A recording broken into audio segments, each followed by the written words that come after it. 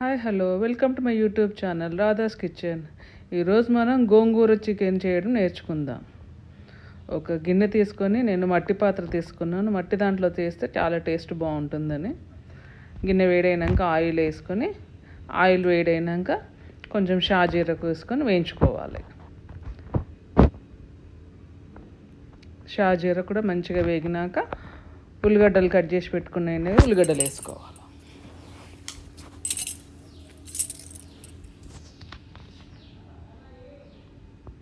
ఉల్లిగడ్డలు కొంచెం వేగినాక అందులో పసుపు కూడా వేసుకొని మంచిగా వేయించుకోవాలి.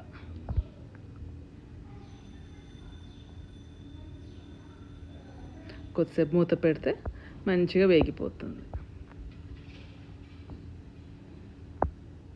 చూడండి, ఇలా వేగినాక ఇప్పుడు అందులో అల్లం వెల్లుల్లి పేస్ట్ వేసుకుందాం.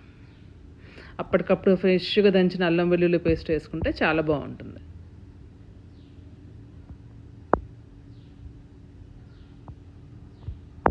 ఇప్పుడు అల్లం వెల్లుల్లి పేస్టు ఉల్లిపాయలు మంచిగా వేగిపోయినాయి కదా, అందులో ఇప్పుడు కడిగి పెట్టుకున్న మన చికెన్ వేసుకుందాం. చికెన్ కూడా వేసి మంచిగా కలిపేసి ఉడికించుకుందాం. ఇప్పుడు అందులో సాల్టు కారము అన్నీ వేసి మూత పెట్టి మగ్గించుకుందాం.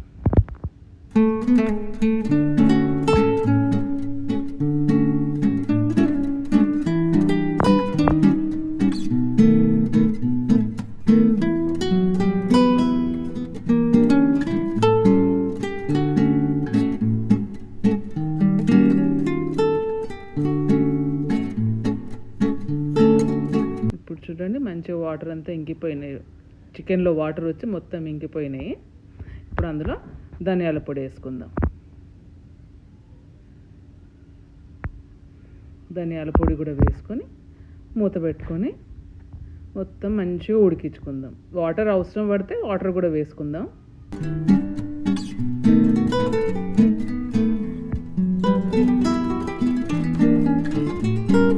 ఇప్పుడు చూడండి, చికెన్ మంచిగా ఉడికిపోయింది.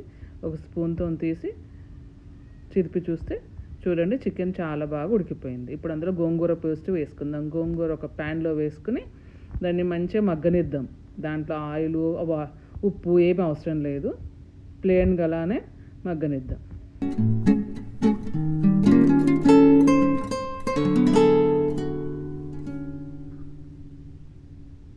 2 నిమిషాలలో మగ్గిపోతుంది. అది ఒక 2 మినిట్స్ మూత పెట్టేసి అలాగే ఉంచేద్దాం. చూడండి, ఉడికిపోయింది. ఇప్పుడు ఈ ఉడికిపోయిన పేస్ట్ని మనం ఇప్పుడు చేసుకున్న చికెన్ ఉంది కదా, అందులో వేసుకొని కలుపుకుందాం.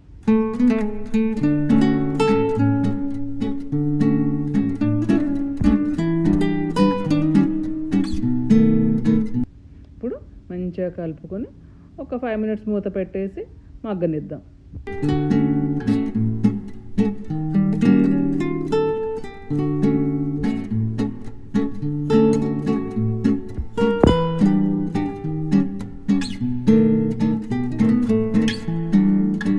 బాగా ఉడికిపోయింది. దించే ముందు కొత్తిమీర వేసుకుని దించేసుకుంటే అంతే, టేస్టీ గోంగూర చికెన్ రెడీ. నా ఈ వీడియో కనుక మీకు నచ్చితే please like, share and subscribe. Thank you.